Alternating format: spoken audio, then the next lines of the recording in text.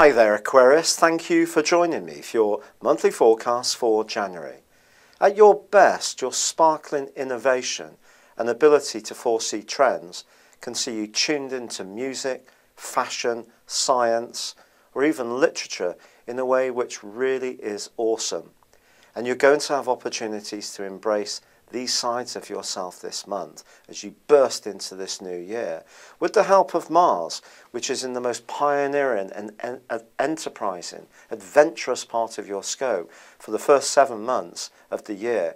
This is a very rare extended transit, so you're going to need to make use of Mars, because what Mars is asking you to do here is to be bolder, to be braver. It's a bit like Star Trek, to go beyond where you ever have gone before. And it can be a thrilling journey if you do.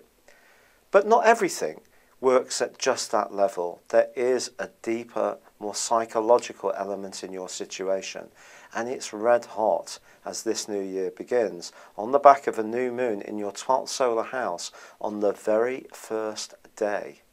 But this new moon also encompasses Mercury and Pluto, and all of this can arouse within you a more reflective spirit.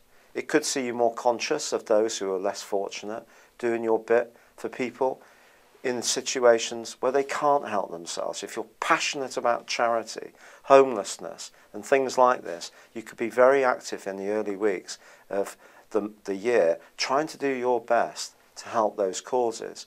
If you're applying for jobs, don't be surprised if it's in big organisations, perhaps behind the scenes, in institutions like prisons or hospitals. If you're somebody who naturally tends to hibernate at the start of each year, it wouldn't be a surprise. This is very much an Aquarius trend, particularly if you're born in the first part of Aquarius, the first 10 degrees. This is an area which is also ruled by Saturn, and of course Saturn remains active, as always, and for you for another year, all but 1 week, it's going to be very busy in the part of your horoscope to do with your worldly interactions. And it could be, if you have been under a lot of pressure, that you might start this year a little bit tentatively, especially if you're trying to work out a few things from a psychological viewpoint. But also some of the things that can come up for you in the early parts of this year could do so in a bit of a jarring way, because Mars is not on good terms with the 4 planets lined up in a stellium in Capricorn. There is a bit of conflict there.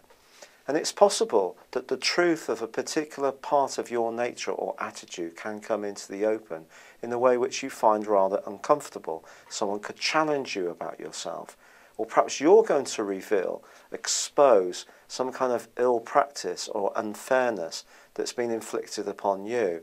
But that doesn't necessarily mean it's going to be a psychologically easy process to get through just because you are right.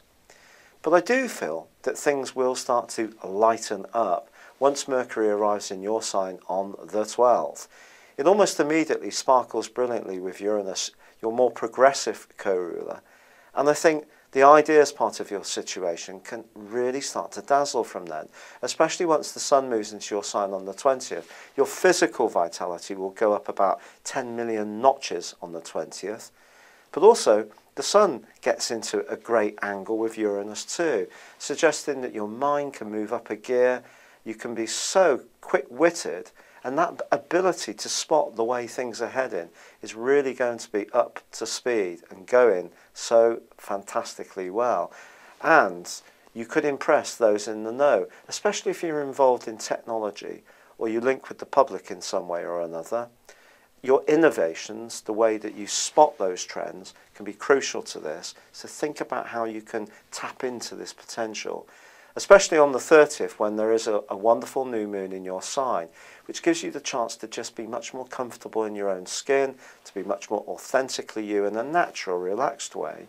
You may give yourself a bit of a makeover then, but I do feel that with Venus tracking through your sector of secrets for all of the month and going backwards for all of the month and then reconnecting in opposition with Jupiter, there could be someone you encounter through your work who you find rather fascinating, or someone from your past could get in touch. This could be a need, a desperate need to find out where this could go. If you have got other associations in your life, you need to be conscious of your moral compass.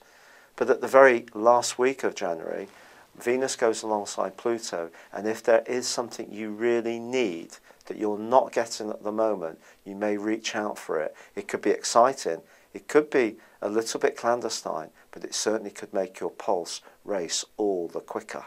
It's been a real pleasure being with you. Thank you for joining me, and good luck for 2014.